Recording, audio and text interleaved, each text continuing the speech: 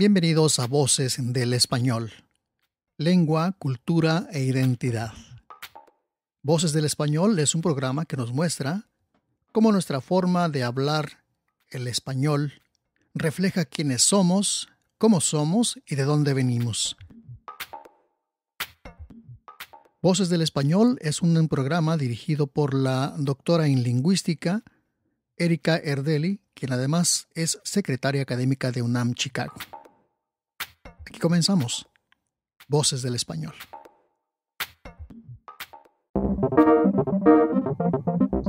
Hola a todos, bienvenidos a Voces del Español.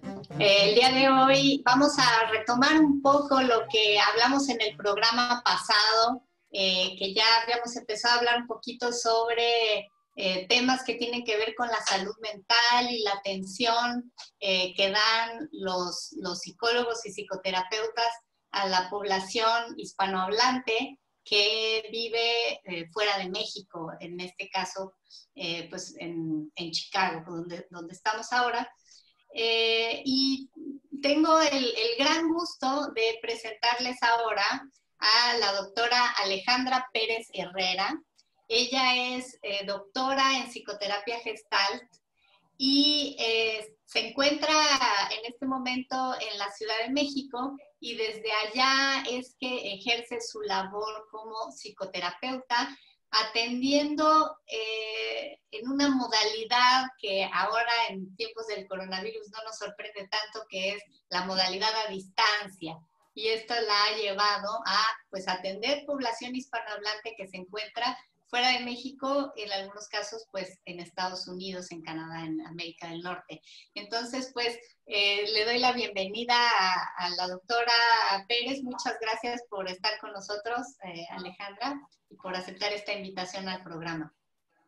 No, al contrario, Erika, muchísimas gracias a ti por invitarme a poder compartir con tu audiencia. Que bueno, como bien lo dices, ¿no? De repente escuchar el acento de casa viene bien. Sí, bueno, pues esa es mi primera pregunta, Alejandra.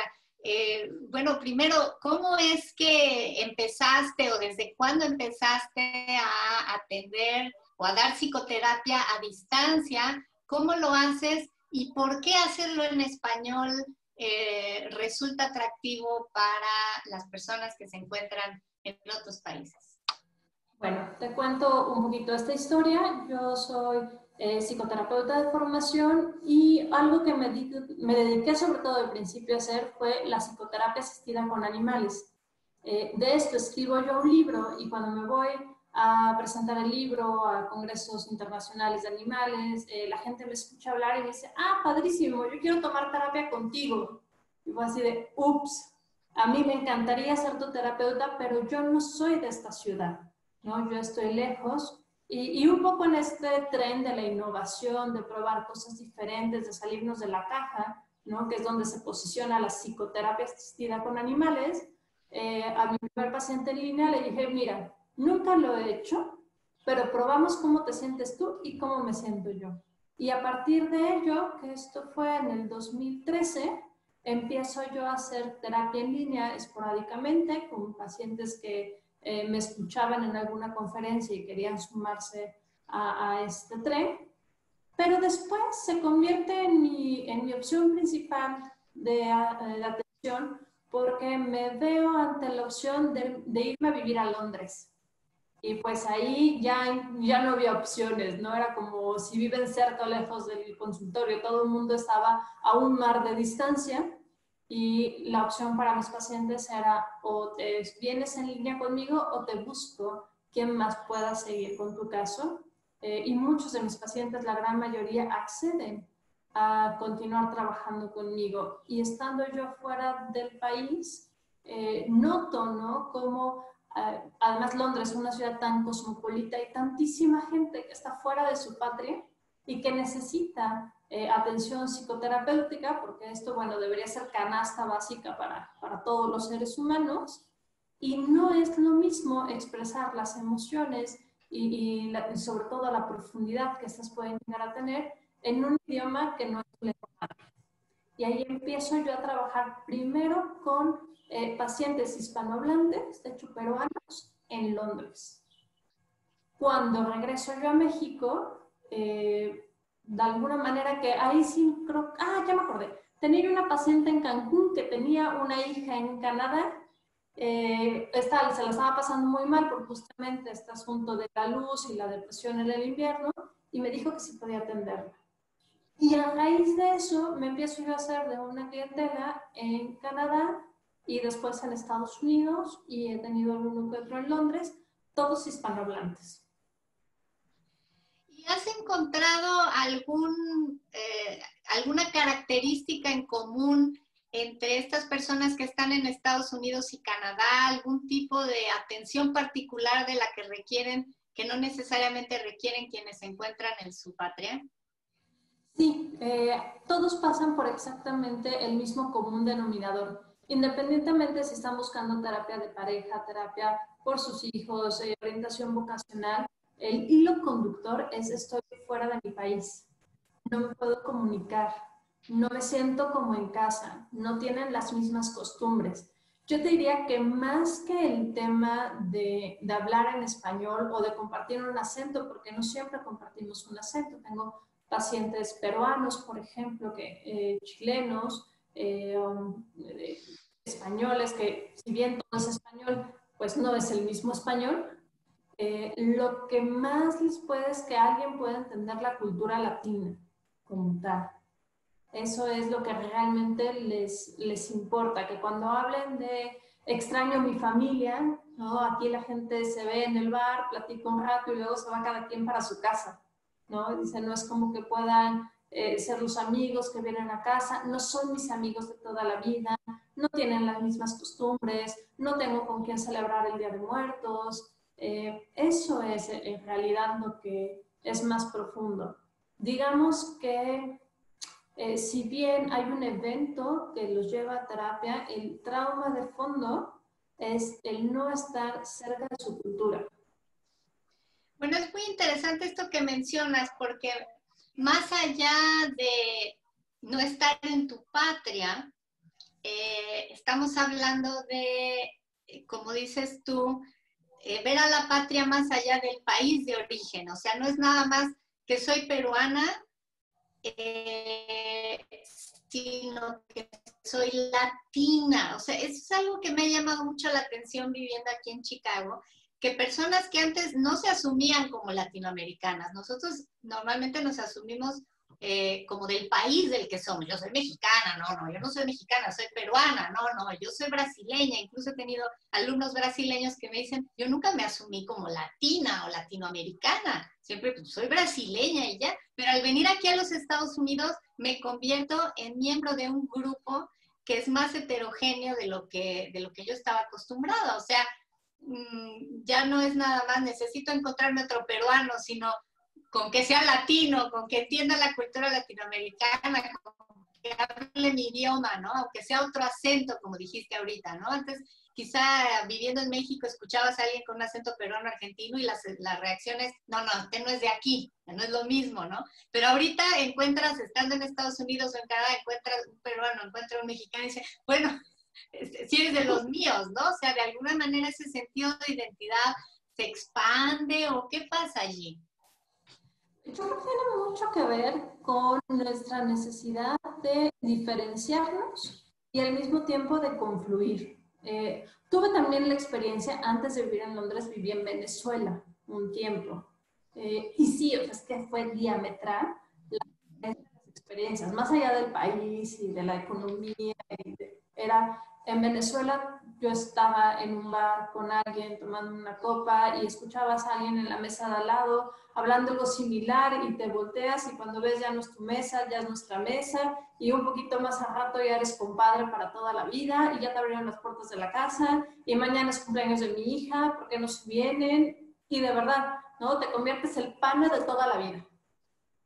En cambio, en Londres pasaba la gente súper polite, súper educada, preguntas algo, te contestan, te ayudan, inclusive si te ven con cara de turista perdido, no necesitas ni levantar la mano, la gente llega y se acerca y te resuelve.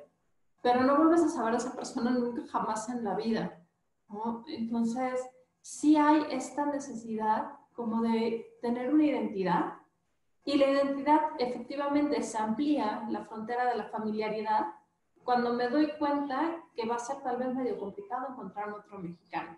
Pero el chileno, el venezolano, estamos en cierta sintonía, sobre todo en en la calidez del trato. Y sí, necesitas una familia más allá de la familia consanguínea cuando estás viviendo fuera. La psicóloga con la que conversamos en el programa anterior atiende también a población hispanohablante aquí en los Estados Unidos, pero con una característica un poco distinta. Son hispanohablantes que ya nacieron aquí. Entonces, aprendieron el español como lengua materna porque es la lengua de los padres, o quizá incluso nacieron en México, pero llegaron aquí en sus primeros 5 años de vida, vamos a decir. Y entonces, en general, se sienten más cómodos hablando en inglés que en español, de hecho. Se sienten más cómodos en el sentido estrictamente lingüístico, o sea, tienen mayor vocabulario, tienen más rapidez para expresar sus ideas, ¿no? Pero en la parte de la identidad y de quién soy, ahí es donde suelen tener un conflicto, que de pronto dicen, bueno, ya no soy ni de aquí ni de allá. Me pregunto si tú te has enfrentado con algunos de tus pacientes, ¿qué características tienen? ¿Se parecen a estas o son diferentes? Es curioso ahora que lo mencionas, no, yo todos los pacientes que he visto antes, no tengo pacientes aún que hayan nacido en el lugar donde están viviendo. Sin embargo, sí que puede haber y digo, esto te lo estoy teorizando, ¿no? O sea, preguntas qué es lo que hace esta diferencia y por qué buscar a un terapeuta hispanohablante, pese que mi lengua materna es compartida. Hay la necesidad de encontrar la raíz, ¿no? Desde terapia sistémica, que es otra de las ramas que conozco, siempre está la necesidad de incluir todo aquello que yo soy, ¿no? Y si mis padres son mexicanos, pongamos en este caso, así han sido, imagínate nuestra generación de niños que nacieron ya allá o que emigraron muy pequeñitos, sino los hijos de esa generación, ¿no? Digamos la tercera generación, también va a sentir en el fondo de su alma la necesidad de reencontrar y conectar con sus raíces. Es como si necesitaran succionar, mamar la cultura, porque también es parte de ellos. Si no hay un hueco a nivel celular de quién soy, ¿no? ¿De dónde vengo? Excelente, pues mira, doctora, ha sido muy, muy interesante esta primera parte del programa en la que nos has podido decir cómo es que realizas tu trabajo, quiénes son tus pacientes y cómo los atiendes. Y al principio del programa mencionaste que la psicoterapia debería de ser parte de la canasta básica. Entonces, te propongo que en la segunda parte de nuestro programa, puesto que ahorita vamos a hacer una breve pausa, ahondemos un poquito acerca de esto. ¿Qué querría decir el que un servicio de psicoterapia sea algo que todos necesitamos y cuáles serían las necesidades que podemos encontrar en todo ser humano, pero en particular los que se han acercado a ti desde lejanas tierras? ¿Te parece? Me parece. Excelente. Pues vámonos a una pausa, no nos dejen, y volvemos con la doctora Alejandra Pérez Herrera.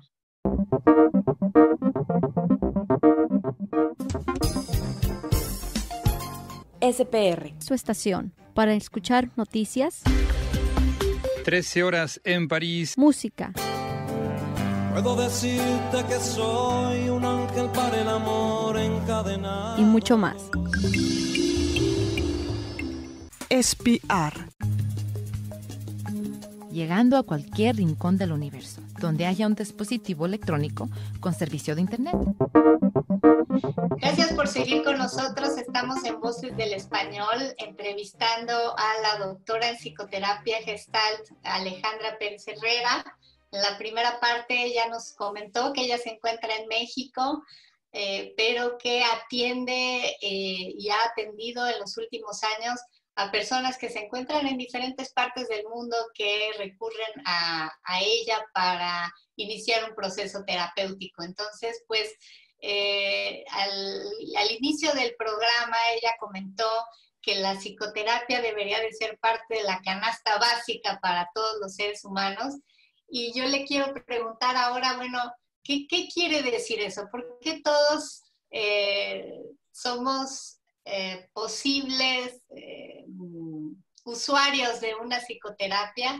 ¿Y quiénes son los que se acercan realmente a la psicoterapia? ¿Los que tienen problemas muy graves, los que se sienten que están perdiendo la razón o que están un poco locos o que tienen realmente un problema de fondo, o todos? Porque ella dijo canasta básica, ¿verdad? Entonces yo le quiero preguntar a ella, ¿por qué todos, Alejandra? ¿Por qué todos? Bueno, hay muchas respuestas de por qué todos, pero me quiero ir de principio a la más sencilla. Como te comentaba al principio, yo mucho de lo que hago es psicoterapia con animales, y el ser humano es un animal. No, en la taxonomía no existe así una clasificación aparte para el humano. El humano está dentro del reino animal y se ha alejado mucho de su propia naturaleza. ¿Qué hay en su propia naturaleza? La capacidad de leerse a sí mismo. Escuchamos tantas cosas, vemos tantas cosas de humanos que tampoco están en contacto consigo mismo, que creemos que nuestras necesidades son unas, cuando en realidad, si escucháramos nuestro cuerpo, nos daríamos cuenta que son otras.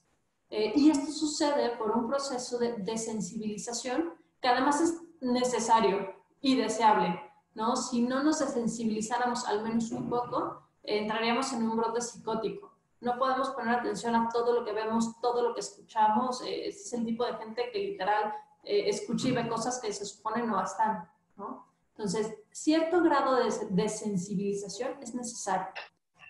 La mayoría no estamos en el necesario, estamos en mucho más abajo. Y mucho más abajo no alcanzo a leer mi cuerpo. Y si no leo mi cuerpo, no sé qué necesito. Si no sé qué necesito, no sé qué opciones tengo para satisfacer mi necesidad y por lo tanto siempre quedo necesitada. Entonces, canasta básica tendría que ser por lo menos en el sentido de que todos recuperáramos nuestra posibilidad de senso, percepción y propiocepción. Este soy yo, este es mi cuerpo, este es mi corazón latiendo, este es el hueco que siento en el estómago que se llama miedo, y este miedo lo puedo satisfacer en una llamada, en un acto de autoconsuelo, en un abrazo con mi marido, en dónde y qué. Desde aquí, de hecho, se explican, por ejemplo, las adicciones, el sobrepeso, las relaciones disfuncionales, porque como no sé quién soy y no sé qué necesito, pues voy llenando los huecos con lo que sea y luego hay un problema. Ese sería como desde el más básico de por qué todos.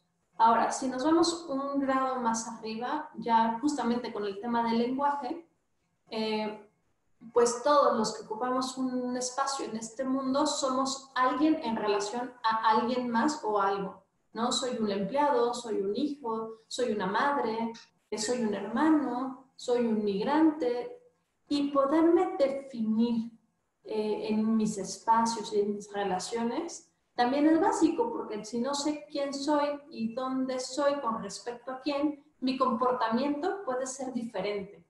Entonces, poderme alinear en este punto de aquí soy grande, aquí soy chico, aquí soy igual, aquí soy el empleado, aquí soy el jefe, también me va a hacer la vida más sencilla. Finalmente, quienes acuden a psicoterapia normalmente son dos grupos de personas.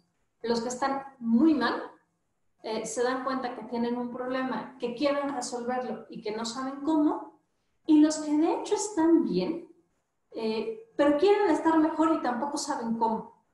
Digamos que el factor común sería no sé cómo y asumo y declaro que necesito apoyo. Si no se hace esta declaración de necesito apoyo, necesito compañía, necesito guía, la psicoterapia no funciona.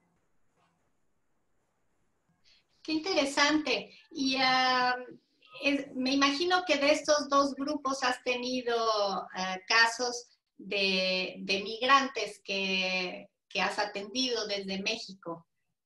Sí, sí, claro.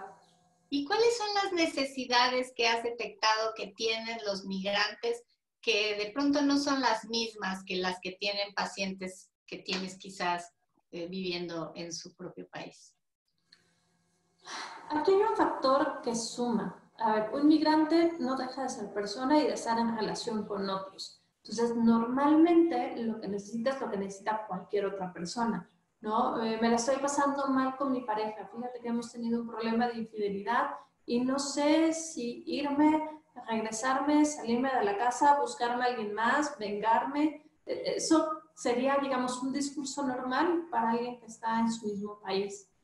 Y aquí lo que hay que agravar, o lo que lo agrava, es el duelo, seguramente no elaborado, de la partida de mi país, ¿no? Yo me fui siguiéndote y mira con qué moneda me pagas.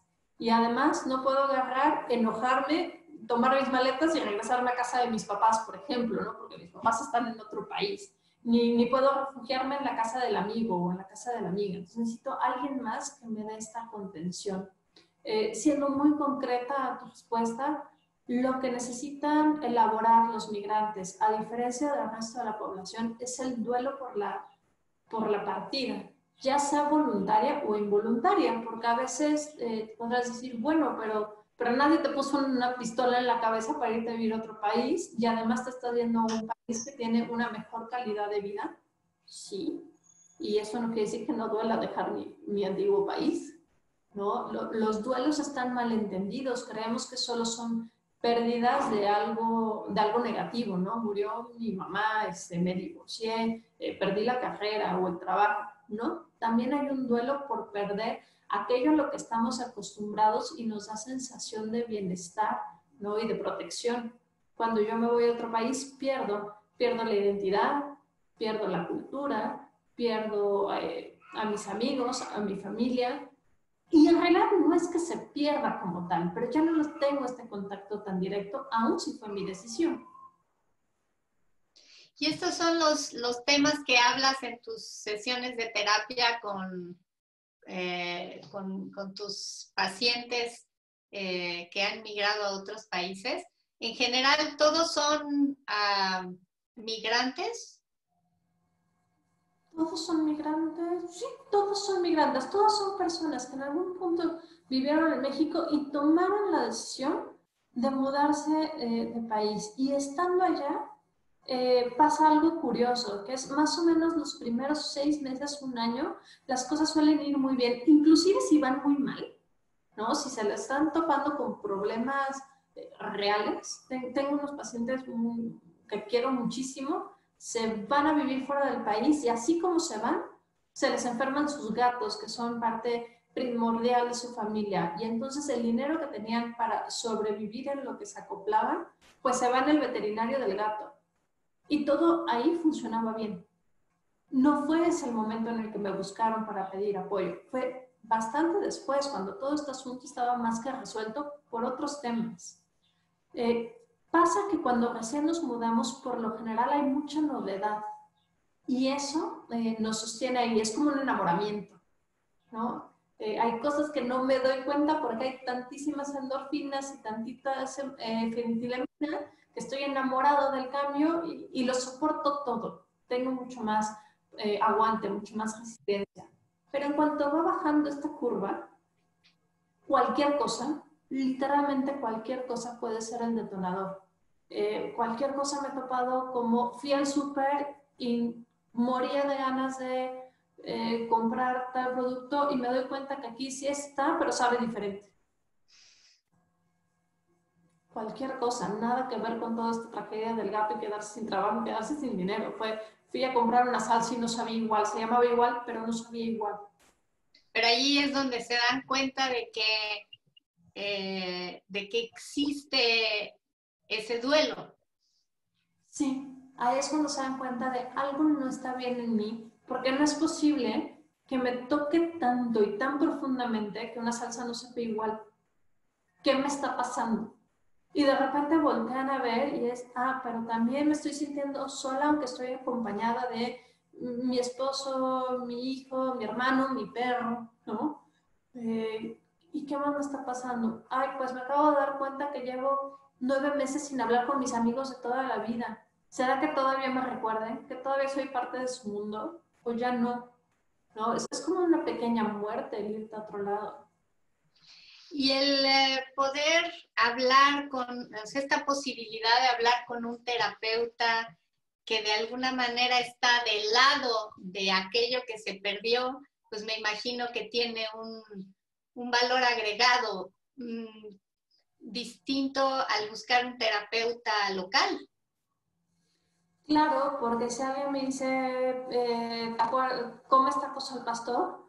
Puedo decir, bueno, no realmente porque soy vegetariana, pero sí que los llega a comer y claro, vas a los tacos y yo pido quesadillas y te sientas afuera. O sea, hay un acompañamiento de, al menos a nivel conceptual, de poder entender, ¿no? Pues es que el tráfico de la Ciudad de México, sí, claro, es una locura, lo he vivido, lo vivo, ¿no? El señor que pasa con su carrito vendiendo los merengues. Uy, sí, los merengues. Cuando era chica me salía y me costaban 5 pesos. Es una forma de vivir a través de el lenguaje y el lenguaje que va generando este recuerdo. Y es un recuerdo compartido y co-construido, porque tú pones un poquito y yo pongo otro poquito. Y juntas vamos elaborando. Me parece muy interesante porque estoy pensando, por ejemplo, bueno, el hecho que no es solo el hecho de hablar español el que te puede llevar a elegir a un terapeuta frente a otro. O sea, aquí en Chicago hay muchas personas que hablan español, terapeutas como la que entrevisté la semana pasada, que obviamente se identifican muy bien con aquellos pacientes hispanohablantes que viven en Chicago, pero que como ella nacieron aquí, ¿no? O vivieron la mayor parte de su vida, o por lo menos toda su vida escolarizada aquí. Claro que ella se puede comunicar, digo, tiene el privilegio de ser bilingüe y de poderse comunicar en su idioma, en español, con personas que no se sienten tan cómodas con el inglés. Pero ahora con lo que me estás diciendo, me pongo a pensar, bueno, quizá las personas que no nacieron aquí, sino que emigraron aquí durante su juventud o pasada su juventud, o sea, ya en su edad adulta, que quizá el tipo de circunstancias a las que se enfrentan, como las que estás mencionando, por pequeñas que parezcan, tienen significados profundos y quizás se sienten más cómodos con hablándolas con un hispanohablante, pero que se encuentra en el lugar de origen, ¿no? ¿Cómo todo esto puede hacer una diferencia en la empatía que se genera entre las dos personas? Porque lo que el migrante que se encuentra aquí recuerda, lo puede conectar contigo que te encuentras en el país de origen, o al menos en un país latino, ¿verdad? Aquí les llaman latinos, yo creo que en México no usamos ese término mucho. Sí, se genera un aporte y un encuadre muy distinto, que al final es como la llave de entrada, ¿no? O sea, una vez que entras, bueno, pues te descubres en un mundo diferente y puedes empezar a ver realmente de dónde se gesta. Nunca, además, el tema es la salsa que no sabe igual. La salsa que no sabe igual te recordará o ha despertado el trauma de esa vez que la Navidad ya no fue igual porque fue la primera Navidad sin la abuela, ¿no? Es todo así como ir tejiendo fino, ir sacando poco a poco estos hilos que nos van llevando al trauma real o al trauma de origen. Y sí, o sea, poder encontrar algo en lo que empatemos con nuestro terapeuta, sea lo que sea, a lo mejor es la afición por la horticultura, a lo mejor es el decir, yo también viví un tiempo fuera y ahora regresé y sé lo que es sentirse solo sin nadie, ¿no?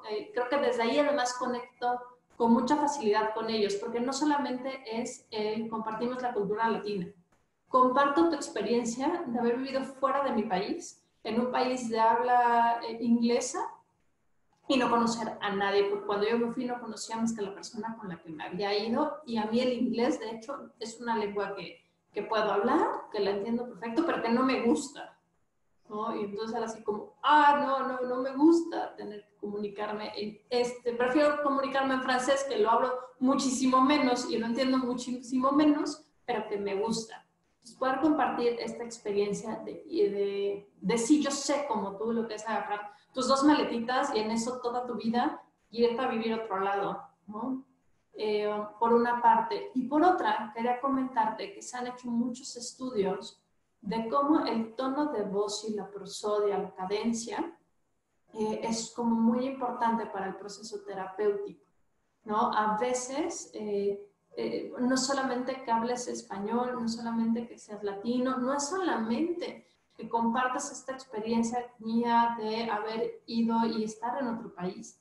Es la cadencia de la voz la que acompaña, el tono de la voz. Un terapeuta puede no hacer clic contigo simplemente por la forma en la que habla.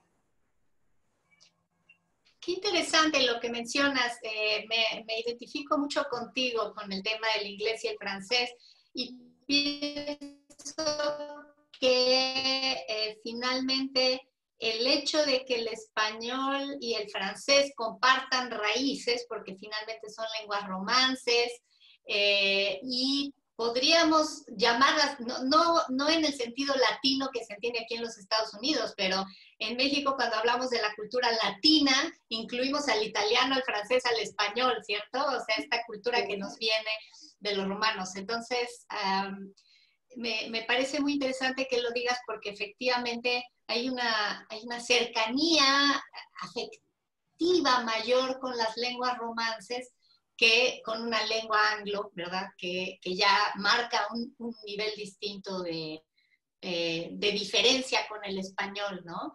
Y bueno, aparte esta cuestión de la prosodia, que también puede ser interesante, simplemente me hace recordar que el español, el francés, son lenguas mucho más fluidas, vamos a decir, menos cortantes, ¿no? Hay ciertos idiomas como los idiomas sajones que tienden a cortar entre palabras, ¿no? Entonces es una sensación muy distinta que quizás sea la que nos genera esta menor identificación cuando hablamos o intentamos hablar o nos hablan en una lengua tan distinta como puede ser el inglés del español o el alemán del español. Pues muchísimas gracias, Alejandra, ha sido realmente muy, muy interesante conversar contigo y sobre todo creo que, bueno, quiero subrayar que cuando hablamos de migrantes aquí a veces pensamos en el caso de los migrantes que llegaron aquí por razones de búsqueda de una mejor vida, pero que cruzaron la frontera en condiciones extremas, ¿no? Y a veces nos olvidamos también de esta otra población que parece ser la que atiendes, que es la que cruzó la frontera de forma legal y voluntaria, porque quizá se casó con alguien de este país, de los Estados Unidos, o porque viene siguiendo a su pareja que le dieron un trabajo acá en los Estados Unidos, y que creemos que por haber venido, como quien dice, con todas las de la ley, no padecerían tantos problemas o traumas, y sin embargo, después de lo que nos dices, pues me queda claro que toda persona que se desplace, toda persona que cambie de lugar de residencia saliendo de su país para llegar a otro, pues es digno de atención, ¿no? Requiere de atender su duelo y de atender toda esta serie de cuestiones que la remiten a lo más profundo de su ser, de su infancia, de sus recuerdos de vida.